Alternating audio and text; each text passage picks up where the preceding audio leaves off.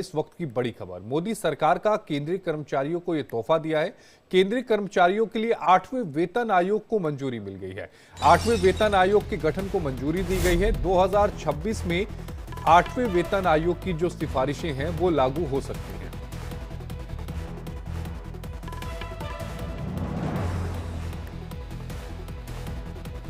इस वक्त की बड़ी खबर आपकी टीवी स्क्रीन पर।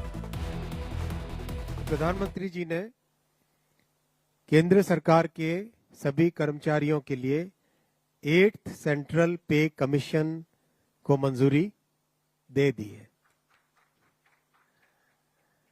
8th सेंट्रल पे कमीशन आप सब जानते हैं 1947 से अब तक 7 पे कमीशंस हुए हैं और प्रधानमंत्री जी ने एक रेगुलर रिदम के साथ पे कमीशन बनाने का जो एक संकल्प लिया है उसके हिसाब से 2016 में लास्ट पे कमीशन 7th पे कमीशन स्टार्ट हुआ था, तो 2026 में इसका टर्म कंप्लीट होता है। उससे वेल बिफोर 2025 में 8th पे कमीशन स्टैब्लिश करने से सफिशिएंट टाइम मिलेगा so that the recommendations can be received well before the completion of the period of 7th पे कमीशन। जैसा आप जानते हैं इसमें मैसिव कंसल्टेशन होगा with the state governments, with all the different stake holders in the central government, in the PSUs, in सब के साथ डिटेल्ड कंसल्टेशन होगा और चेयरमैन एंड 2 मेंबर्स का भी शीघ्र अपॉइंटमेंट होगा।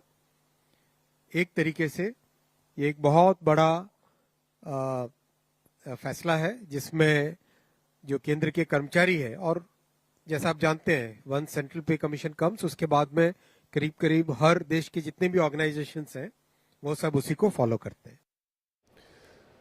और इसी पर ज्यादा जानकारी के साथ हमारे सहयोगी गोविंद ठाकुर हमारे साथ फोन लाइन पर जुड़े हैं। गोविंद जी, केंद्रीय कर्मचारियों को एक बड़ी राहत। बिल्कुल, देखिए आशीष जी, जिस तरह से 8वें वेतन आयोग के गठन की मंजूरी दी गई है, इससे जो केंद्रीय कर्मचारी है उसे काफी लाभ होने की उम्मीद है। इससे पहले आप जानते हैं कि 2016 में 7वें वेतन आयोग का गठन किया गया था और उसी समय लागू कर दिया गया था, जिसमें जो महंगाई भत्ता है वो लगभग 53% बढ़ी थी। तो 10 साल के लिए इसे लागू किया गया था जो 2025 तक चलना था। तो इससे पहले संसद के जब प्रश्नकाल होते थे उसमें सवाल पूछे जाते थे तो सरकार की तरफ से अभी कहा जाता था कि अभी तो काफी समय है, देखा जाएगा। लेकिन अभी जो मंजूरी दी गई है, उम्मीद हम कर रहे हैं कि जिस प्रकार से दिल्ली विधानसभा चुनाव है, इसमें केंद्रीय कर्मचारी दिल्ली में काफी रहते हैं, तो इसको एक उम्मीद के तौर पर कह सकते हैं कि उनके एक ये भी रणनीति में रही होगी।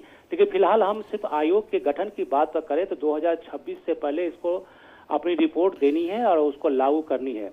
देखिए, अभी तक की जो बात करें तो सबसे मिनिमम जो वेजेज हैं वो 18,000 है वेतन, और पेंशन 9,000 रुपये है। अगर ये लागू होता है 26 से तो ये बढ़कर काफी बढ़ जाएंगे। अगर देखा जाए तो इसमें फिटमेंट फैक्टर के आधार पर इसको बढ़ाया जाता है।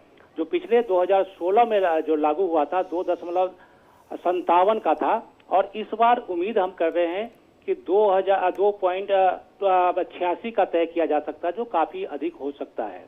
तो ये सरकार की तरफ से ये केंद्रीय कर्मचारी के बहुत बड़ा तोहफे के रूप में देखा जा रहा है। जाहिर तौर पर एक बहुत बड़े तोहफे के रूप में देखा जा रहा है। जैसा कि गोविंद जी ने बताया भी कि अगर मान लीजिए किसी की पेंशन फिलहाल 9,000 रुपए है तो वो बढ़कर 25,740 हो जाएगी।